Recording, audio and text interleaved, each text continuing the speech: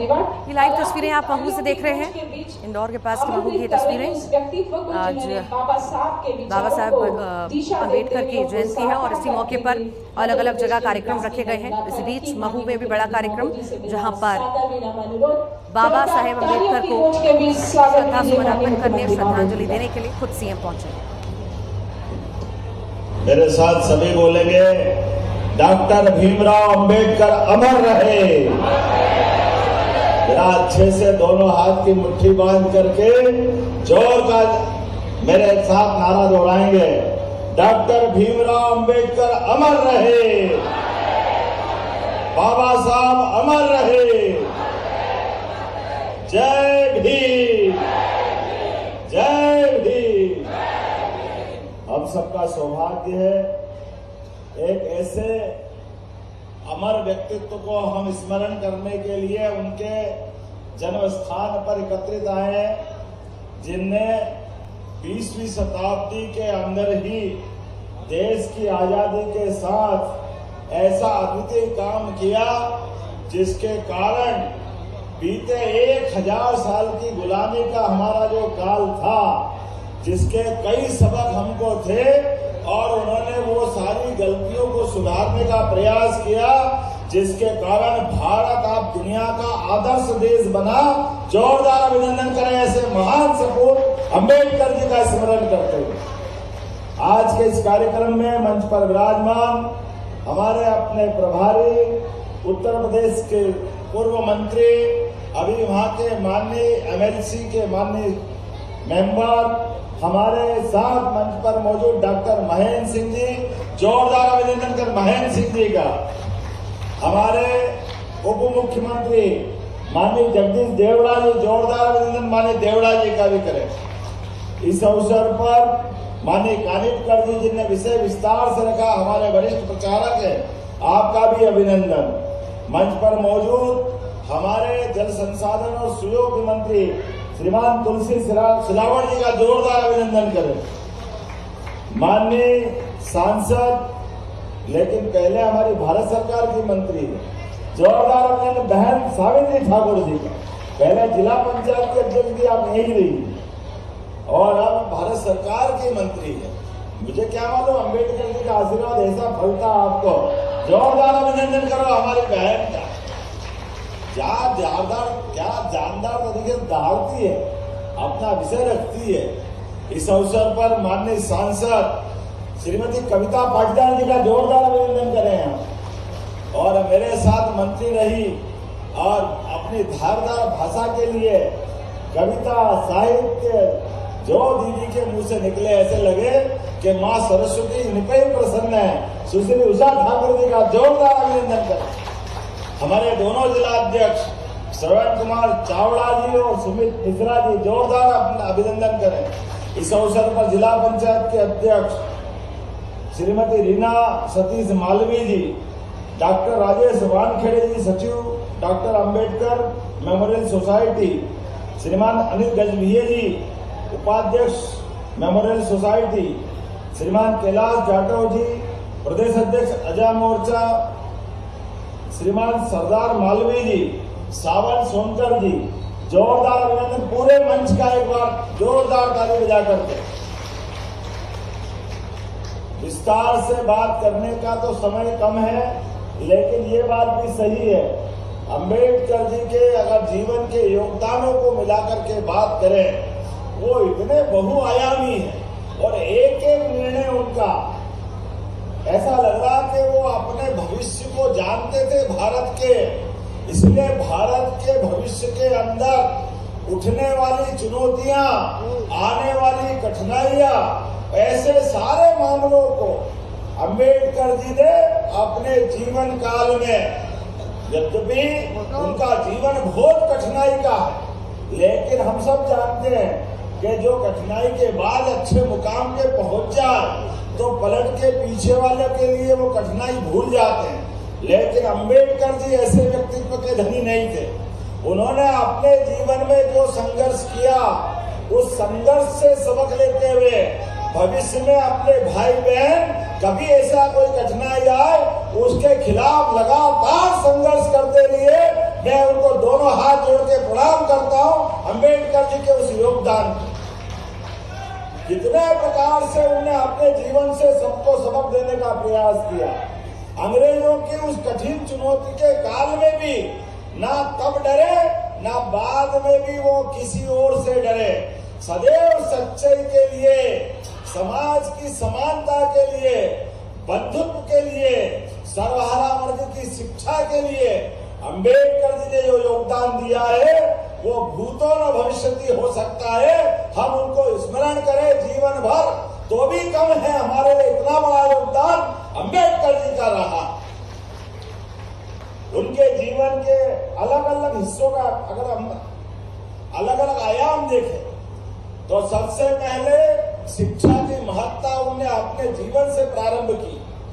अपने स्वयं के लिए शिक्षा में कहीं कोई कमी कसर नहीं होना चाहिए, तो उन्होंने अपने जहां से शिक्षा प्रारंभ की और दुनिया में जहां बेहतर से बेहतर शिक्षा हो सकती थी, हर स्थान पर जाकर के शिक्षा में जरा भी कमी नहीं होना चाहिए, वो सबक हमको देने का प्रयास किया।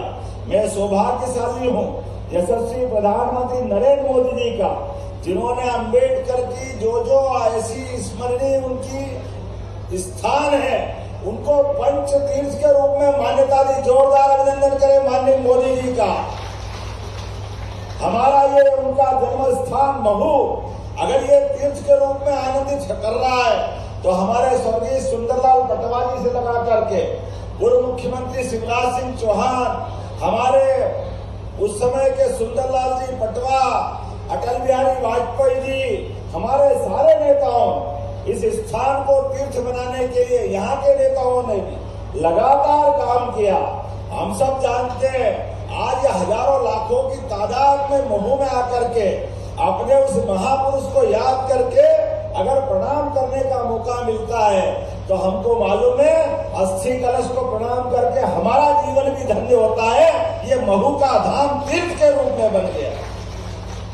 मैं सौभाग्यशाली हूँ, जब लंदन गया तो लंदन में जहां हमारे अंबेडकर जी ने शिक्षा ग्रहण की उस स्थान के पूरे भवन के दर्शन करने का मौका मिला। माननीय मोदी जी को और धन्यवाद देना चाहूंगा। वो आवासीय कॉलोनी है, लोगों ने स्मारक बनाकर खरीद के अपने भारत सरकार ने जब निर्णय किया तो आसपास के लोगों ने मुकदमे लगा दिए। उन्होंने कहा यहाँ भीड़ भाड़ आएगी, परेशानी होगी, यहाँ नहीं बनने देंगे।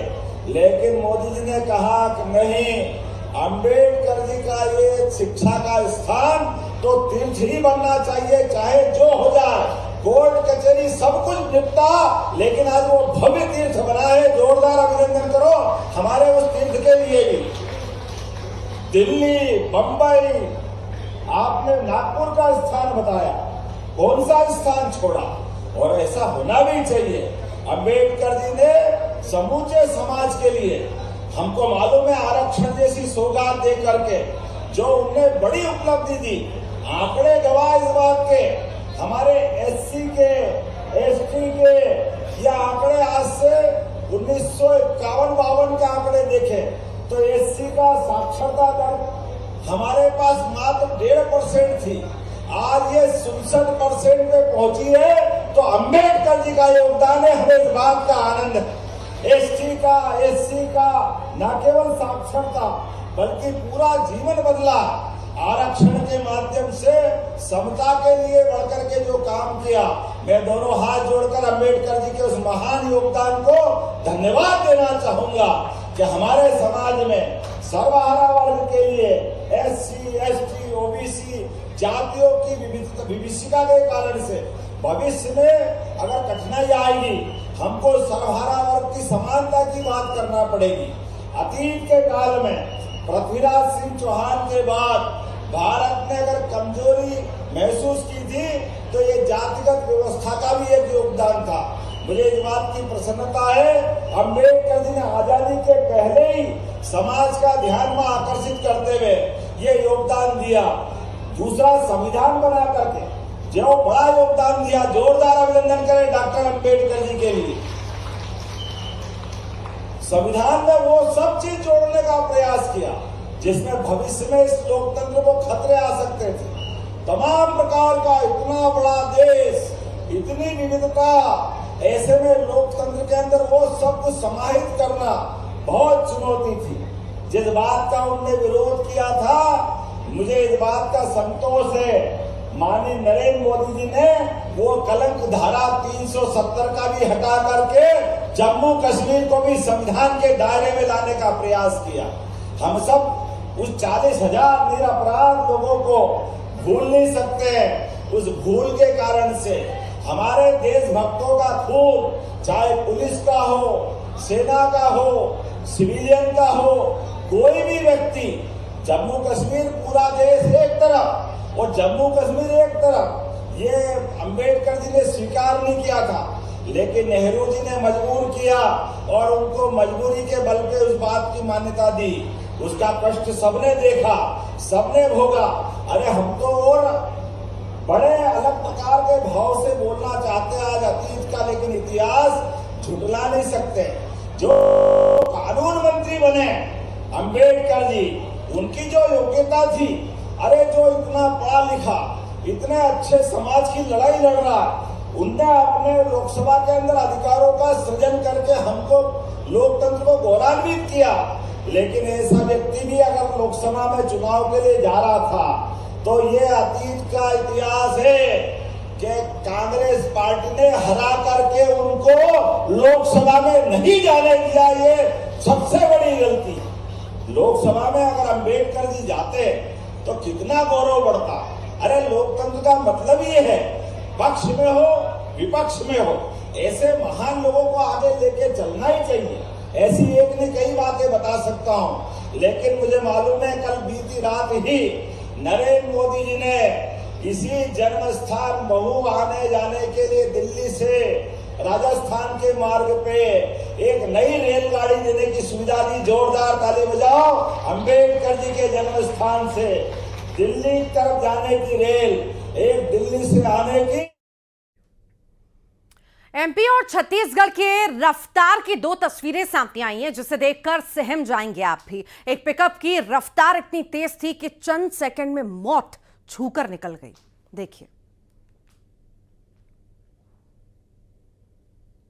ताली बजा करके इस भावना का सम्मान करें। हमारी सरकार ने भी सर्वारा वर्ग में किसानों की आय बढ़ाने के लिए कामधेनु योजना डॉक्टर अंबेडकर जी के नाम पे चालू की है। जोरदार ताली बजाया हमने अपनी इस योजना के लिए। दूध उत्पादन बढ़ा करके, किसानों की आय बढ़ाकर, गरीब से गरीब आदमी भी, अगर किसी के पास जमीन नहीं हो तो कोई बात नहीं, लेकिन 2, 4, 5 कोई न कोई गाय भैंस पालकर अपने गरीब आदमी गांव में अपनी दूध की आमदनी से काम चलाता है। अब हमने योजना बनाई है कि एससी लोगों के लिए 25 गाय की योजना। अगर हमारे एससी वर्ग के लोग, एसटी वर्ग के लोग अगर दूध डेयरी की आमदनी खोलेंगे तो उनको 30% अनुदान देंगे। 30%। जोरदार ताली बजाए हमारे मुख्यधारा में लाने के लिए। एक नहीं बहुत सारी योजना बता सकता हूँ, लेकिन आज तो हमारे लिए आज हमारा आनंद का दिन है, अंबेडकर जी को स्मरण करने का दिन है। आज समूचा मंच गौरवान्वित है। मैं सावित्री जी से लगा करके तुलसी भैया, कविता जी, उषा जी सबको धन्यवाद दूंगा। इनने सबने बोलने का समय हमारे को दे दिया। इनने कहा कि आप हमारी तरफ से बोल दो, हमने सबने अंबेडकर जी को स्मरण कर लिया। जोरदार अभिनंदन कर दे इस अच्छे भाव के लिए।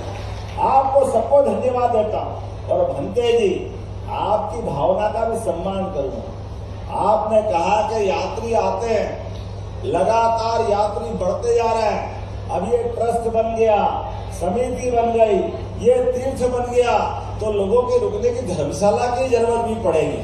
तो मैं धन्यवाद देना चाहूंगा। 3.5 एकड़ जमीन सरकार के द्वारा दी गई है। जोरदार अभिनंदन करें हमारे इस तीर्थ के लिए।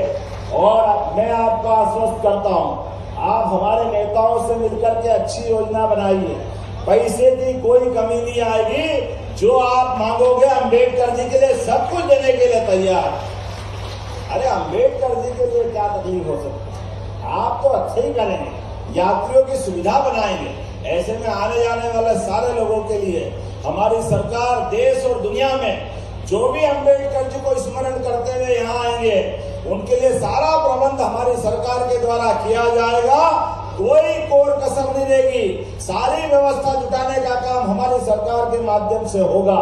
मेरी अपनी ओर से पुनः बाबा साहब के चरणों में विनम्र आदरांजलि, बहुत बहुत धन्यवाद। भारत माता की। डॉक्टर भीमराव अंबेडकर अमर रहे, बाबा साहब अमर रहे। बहुत बहुत धन्यवाद। भारत माता की जय। बहुत बहुत धन्यवाद। और अंतिम सोपान पर आमंत्रित कर रही हूँ आदरणीय राजेश वानखेड़े जी, सचिव को की बयान। एमपी और छत्तीसगढ़ के रफ्तार की दो